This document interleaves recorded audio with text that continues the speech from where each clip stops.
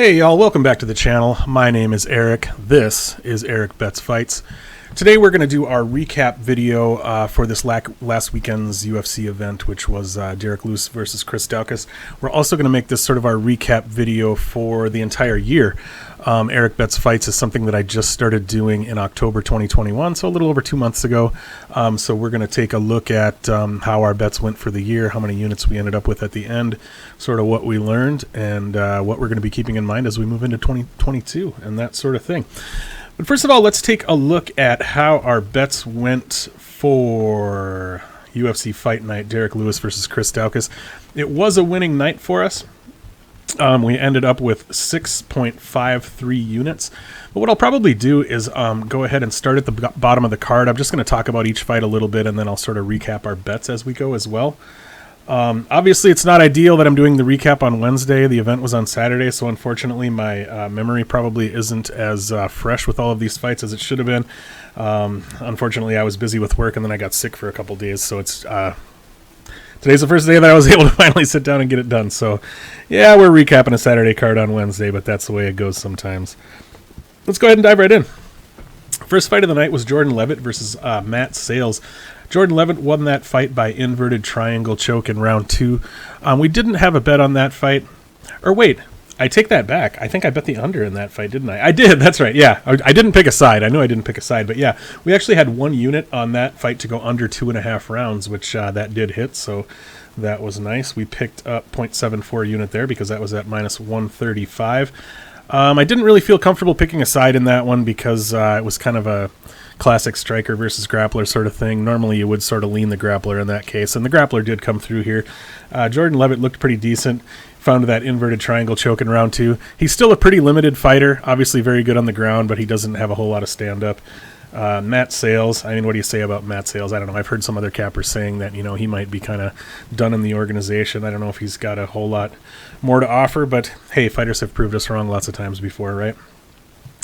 Next fight in the heavyweight division, some low-level heavyweights. Dontel Mays defeats Josh Parisian by TKO elbows. It actually ended up being a more interesting fight than I thought it was going to be. Dontel Mays was a pretty big favorite. I think he was like minus 200. Josh Parisian he's not a great fighter. He's tough. He puts out volume, but he's not super skilled. I don't know if you remember, I think it was before the Cormier fight. Remember when Derek Lewis just suddenly decided he was an All-American wrestler, and he just started saying in interviews, I'm an All-American wrestler. I feel like that's what Dontel Mays did here. I feel like Dontel Mays woke up on Saturday morning and said, you know what? I'm an All-American wrestler. He came out with a really wrestling-heavy game plan. He was able to take Parisian down and control him pretty easily, and then was able to find that stoppage with elbows in round 3. So it was a nice performance from Dontel Mays. You know, I don't know what his upside is in the end. I mean, he's a big guy. He's athletic. He's obviously improving his skills, starting to put it together. I mean, I think we'll see him get more wins in the heavyweight division. I don't know if he's ever going to be a top guy, but somebody to keep an eye on anyway. It's nice to have somebody kind of putting on interesting performances and shaking things up at heavyweight a little bit. Next fight, Raquel Pennington defeats Macy Chason. Oh, my phone just rang. Sorry about that. Next fight was Raquel Pennington defeats Macy Chason by submission. It was a kind of a modified 10-finger guillotine kind of thing. It was a fairly close fight in round 1, fairly close fight overall, and then Pennington was able to find that choke. We stayed away from that fight as well. That was one where I felt like it was hard to get a good enough read on it to put a bet on it. You know, Pennington's the better fighter, but I thought Chason might be able to give her some trouble with her size. Next fight, Charles Jourdain defeats Andre Ewell. It was a pretty dominating performance from Jourdain. It went about like we expected. You know, it did go to decision. I wasn't expecting to see a finish there. I was expecting Jourdain to get the win. Ewell did well in round 1, and then he kind of faded as the fight went on, and Jourdain was able to take over and really put it on him. It was a nice performance from Charles Jourdain. Next fight, we saw Melissa Gatto defeat Sijara Eubanks. I did have Eubanks in a parlay there. I had her in a parlay with Amanda Lemos, so That was one of those square parlays I made before actually doing tape, and I'm trying to get away from doing that because it bit me in the ass again here.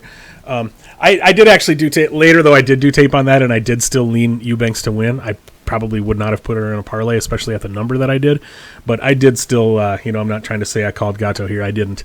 I thought she was definitely a live dog, but I was picking Eubanks to win. I thought Eubanks would be able to take her down and control her, which she was able to do at first, and then Eubanks kind of faded, and Gatto was able to take over, and then Melissa Gatto was able to find that. It kind of dug right into the midsection with that front kick and put it into Eubanks' night that way. So that was kind of cool to see. I like Melissa Gatto. I think she's good.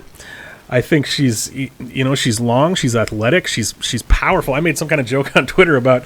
You hear about washboard abs. Like, I feel like you could wash your clothes on Melissa Gatto's shoulders. She is an intimidatingly ripped woman. I like her. It'll be cool to see what they do with her next. She's fun.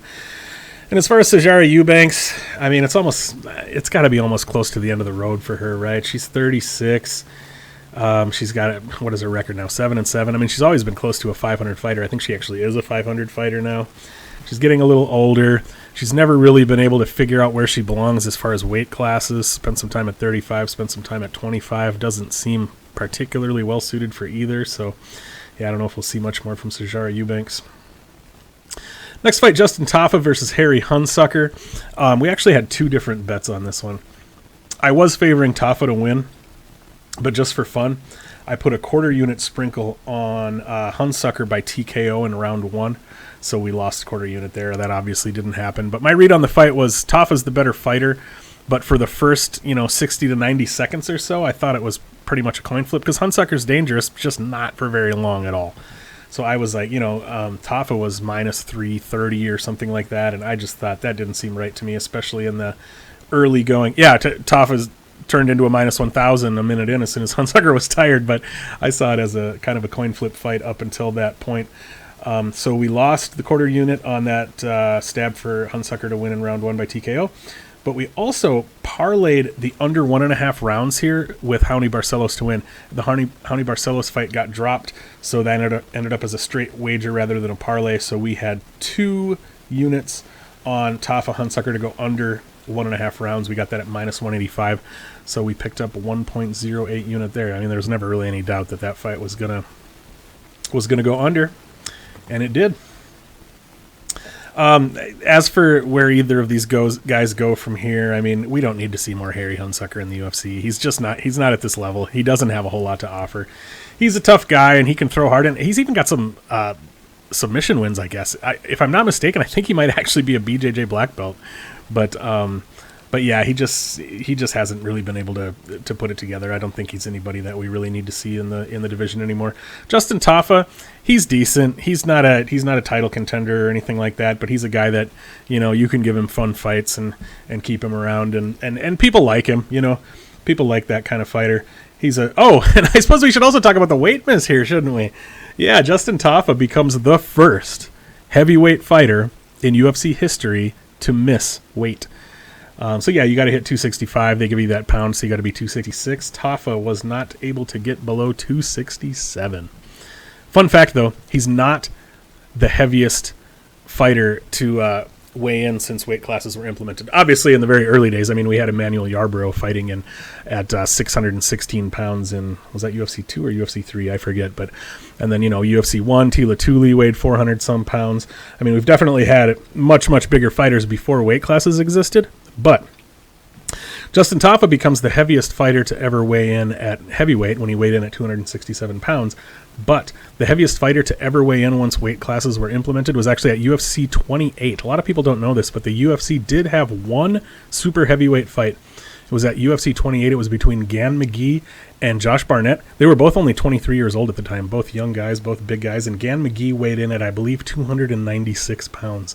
So he would be the heaviest fighter to ever weigh in once weight classes were implemented in the UFC.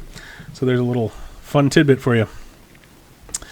Next fight, we had Gerald Meyerhart defeated Dustin Stoltzfus by rear naked choke in round 3. Pretty excited about that one because we did take a little sprinkle. We put a quarter unit on Meyerhart to win by sub in round 3 at plus 1,200, and guess what happened? Meyerhart won by sub in round 3. So we won that bet. We pick up 3 units off of a quarter unit stab there at plus 1,200. So that was exciting. I can't say I was necessarily expecting that to hit, but obviously I thought there was a decent chance of it, or I wouldn't have put that sprinkle there. Obviously we see Meyerhart do that a lot. He stays dangerous down the stretch, and he finds those third round subs. So that was nice to see. Next fight, Cub Swanson defeats Darren Elkins by TKO punches in early in round 1. Well, I guess the midpoint of round 1 or so. We stayed away from that one. I was leaning Cub to win, but that was one of those fights where there was just too hard to get a read on that one, I thought, especially when you're dealing with guys who are up there in age, have been around a while. They've both got a lot of veteran savvy. They've both got tricks up their sleeve. I knew that if it stayed on the feet, Cub Swanson was going to do well. But usually, Elkins hard to hurt, hard to put away. Obviously, that's what he's known for. He's the damage. He takes damage. He takes it until he finds his opportunity to give it back. Not a lot of people were figuring Swanson was going to come out here and starch Darren Elkins like that. That just doesn't really happen to Darren Elkins until it does. So it did. So yeah, I thought if it stayed on the feet, Cub would be able to dominate, but I thought there was a possibility that Elkins might be able to, as the fight wore on, might be able to take Cub down and have some luck there. But obviously we never saw whether that would happen or not. It didn't. Next fight, Mateusz Gamrat versus Carlos Diego Ferreira. Gamrat wins by TKO strikes in round 2. We did have Gamrat in a parlay with Ricky Symone, which we'll talk about the Symone fight in a little bit, but that parlay was at plus 116. We had 2 units on that. Gamrat and Symone both did win, so that parlay did hit for us. Kind of a weird ending to that fight, right? Gamrat has Ferreira's back. He lands a knee to CDF's ribs, and CDF kind of waves it off to the ref. And then I think the ref was kind of confused, wasn't really sure what was going on exactly. And then Gamrat was able to jump on Ferreira's back and lock on a choke, and then the ref stopped it. But yeah, I knew some people who had the prop for Gamrat by sub, specifically Gamrat by sub in round 2. I think Liam from Liam Picks Fights had Gamrat by sub in round 2. So there were some disappointed folks out there that they didn't end up calling that a sub, because technically by the time the ref stopped it, Gamrat had that choke locked on, but they ended up calling it a TKO by strikes because of CDF waving it off after taking that knee to the ribs. But yeah, a lot of people are very high on Gamrat. I think he's a lot of fun. I think he's got a really well-rounded skill set. I think it's going to be fun to see what the UFC does with him from there. And of course, Ferreira, I think he's probably 36, 37 years old, something like that. Guy's been around forever. He's got a solid skill set, but he's starting to slow down a little bit, getting to be a bit of an aging veteran. But he's a guy you could definitely keep around to test some up-and-comers for sure. Next fight, Ricky Symone defeats Rafael Assuncao by knockout punches in round 2. As I mentioned, we had Symone parlayed with Gamrat, so we won that bet, so that was cool. I did expect Ricky Symone to win here. I was not expecting him to find a finish, so that was a pleasant surprise. Assuncao, a little bit like Diego Ferreira, right? Assuncao's a solid veteran, been around forever, still has the skills. He's 39 years old, which, these smaller fighters, that age really does start to catch up with you. And, the smaller fighters really count on their speed and their reaction time to be able to make their games work for them, and that's kind of the first thing to go when you start to get up there in age. I'm a 42-year-old man myself, so I do know that it happens. You start to get up into the upper 30s there, and stuff starts falling apart on you. Next fight, Amanda Lemos defeats Angela Hill by split decision.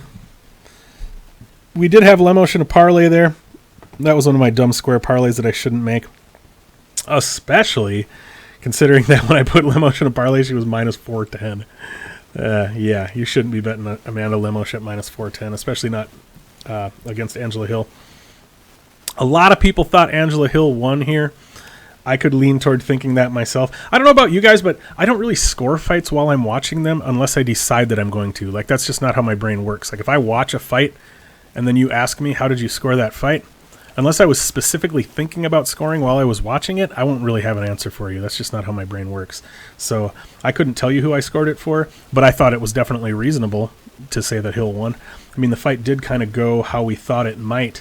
I did say in my preview video that if the fight went long, I expected to see Angela Hill start to take over with her volume. I mean, we know she doesn't slow down. We know she keeps her volume going till, you know, all the way till the final bell rings. Lemos did start to slow down. Hill did start to take over. I mean, it was a close fight. It didn't end up going Hill's way, but yeah, so Amanda Lemos takes that victory by split decision.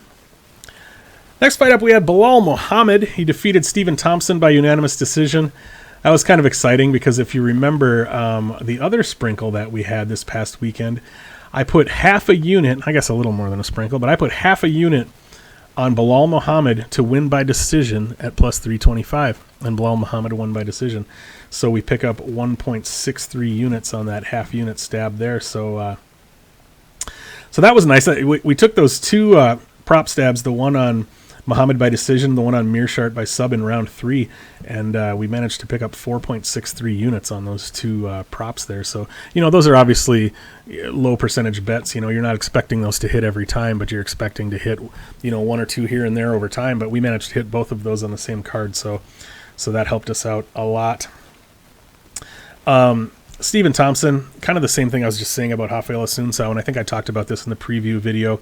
He, you know, even though he's in a larger weight class, he has the kind of style where he really relies on his speed and his reaction time. So now that he's the Wonder Man instead of Wonder Boy, he's 38 years old, I do think you're going to start to see Stephen Thompson having trouble with higher level fighters. He's not going to have the speed he used to have. He's not going to have the reaction time he used to have. It's just not going to be easy for him to be as effective as an older fighter. And Belal Muhammad, I believe Belal's 33. I'd be lying if I told you that I expected Belal to have that level of success with his wrestling. Obviously, I did think Belal, you know, there was likely to have some success with his wrestling. Otherwise, I wouldn't have bet him to win by decision, because it's not like I thought he was going to outstrike Wonder Boy. But I thought, you know, he might do more, being able to kind of hold him up against the cage, might get a takedown here and there. I was not expecting him to really come out and just dominate the wrestling like he did. So it was a fantastic performance from Belal. It's, you know, he's on a heck of a win streak now. He's won like, 8 in a row or something like that. So, I mean, he's been a fringe contender for a while, but now after beating Stephen Thompson, I mean, what do you do with Belal? I think, didn't Belal call out Hamzat? I think he did. I mean, why not, right? I mean, Belal's right up in there in the mix now. 8 fights in a row. He just beat Stephen Thompson, who's been a top contender for a long time. I say if Belal wants Hamzat, do it. Sounds fun to me. And then our main event of the night, Derek Lewis defeats Chris Daukaus by punches in round 1 at 3 minutes and 36 seconds. I stayed away from that fight. That's one of those when you've got heavyweights out there swinging hammers. That's too much variance for me. Usually, you know, I might sometimes bet a total there or whatever, which we did we bet the total here? We didn't. I couldn't remember for sure, but no, we didn't. We stayed away from this one entirely. Yeah, I guess now that I think about it, I thought there was a possibility that this fight could go long. You know, I actually thought it would be Daukaus early or Lewis late, but it was Lewis early. Yeah, Lewis just decided to put it on him. I mean, that was nice to see. He threw that switch kick to kind of move Daukaus into the cage, and then once he had his back on the cage, he just didn't let him off. He unloaded, and Daukaus kind of realized pretty quickly that he was maybe in over his head a little bit there. Like, whoa, I'm taking shots from Derek Lewis here, and Lewis found it. Managed to move into the number 1 spot all by himself for most knockouts in UFC history now. He was previously tied with Vitor Belfort and Matt Brown, I think. And now he's got the most knockouts in heavyweight history. Derek Lewis is just a heck of a story overall, right? I mean, you got to love that guy. You know, he kind of tries to come across like he's a little bit of a brawler who doesn't really have much technique and doesn't have much of a game. And the guy's got more of a game than he wants to let on. I mean, he's officially now one of the most successful heavyweights in UFC history. I mean, I don't think you can argue otherwise. He's got the most knockouts, close to the most wins. I think Andrei Arlovsky is the only heavyweight in UFC history with more wins than Derek Lewis now, if I'm not mistaken. I never have these numbers in front of me, so I might be wrong about some of these things. I'm going off memory here, but I'm pretty sure Andrei Arlovsky is the only heavyweight with more wins than Derek Lewis. So, I mean, obviously the guy's got some staying power. He's got some longevity. He's been able to find a game that works for him, and he's been able to make it work for him over and over again, and I think it's pretty impressive. And also, obviously, everybody loves the guy. He's a fun character. He's great on social media. He's great on the mic after fights. You gotta love Derek Lewis. So like I said, overall, we ended up 6.53 units up on that. Let me just take a look at these bets and make sure we didn't miss anything. No, we talked about all of them. So with that, let's talk a little bit about just kind of the year end. So I started doing Erik Bets Fights. I started the Twitter page just a couple months ago, and then I started doing these YouTube videos just a few weeks ago. But I started tracking my bets. I mean, I've been an MMA fan for over 20 years, since the late 90s. The first UFC I ever went to live was UFC 26 back in June of 2000. So I've been a fan for a long time. I've always enjoyed gambling. I've bet on fights here and there. Probably the first time I ever bet on a fight was probably 15 years ago or something. So I was betting on fights here and there years ago. I moved to Las Vegas about 3.5 years ago, so I started betting more, obviously, once I moved here. But I didn't really start to track bets and actually watch tape and take this seriously until just a couple months ago. And October 9th was the first event that I tracked. So altogether, I've tracked 20 events. So 20 events have happened that I've bet on since I started tracking. I thought I had these numbers in front of me, but now I don't. I think I went 14-6. I either went 14-6 or 13-7 on the events. Maybe I'll put up an image here that corrects me on that, but it was one of those two. So we did well on the events. I posted on my Twitter too. I broke it down by event type. I think we went 8-2 on UFC events, 3-1 on Bellator events, 1-0 on PFL events, and then 1-3 on Dana White's Contender Series. And here's the thing, with the Contender Series events, I never did tape for any of those. I didn't watch tape for the Contender Series events. I was either wiki capping or I was tailing other cappers. So hopefully we learned our lesson there. When I don't actually put in the time, when I don't actually put in the work, I don't do as well. When I put in the work, I do well. So we'll have to keep that in mind. But from October 9th until now, in those 20 events that we tracked, we are up 41.96 units of profit with a 29% ROI, which, I understand it's a pretty small sample size. It's a pretty small period of time that I've been doing this. But if I can keep up numbers even close to that, we're going to be looking pretty good. I mean, anything from even like 5 to 10% ROI is considered pretty good. If you're getting up around 20% ROI, that's like elite level. And we're at 29 right now. So chances are that's going to level out as time goes on. But also looking at that 41.96 units of profit, I mean, there are cappers that have been doing this for years that are much better at this than I am, that understand the betting game a lot more than I do, some of them didn't profit in 2021 at all, and some of them profited considerably less than I did. So I don't claim to be an expert gambler. That isn't even what I'm trying to do with Erik Bets Fights, with the content I'm creating here. I'm not trying to be an expert gambler that you should tail. I'm not saying you should make the bets that I make. I'm not saying I'm great at this. That's not what it is at all. I'm just a person who's interested in MMA, who's interested in betting, and I see Erik Bets Fights as my journey to get better at this. I've officially embarked on this MMA gambling journey. I'm taking it seriously. I'm watching the tape. I'm putting the work in, and I'm inviting you to come along for the ride and see how I do. And, I'll put out these videos to help you learn the same lessons that I'm learning if you're looking to get better at this, just like I am. So that's how we're looking for the end of 2021. As we move into 2022, I'm going to be looking to do more of the same, of course. One thing that I think I'm doing a little bit differently, and I shouldn't say that after this last event, I had a bunch of parlays and a bunch of prop sprinkles and that sort of thing.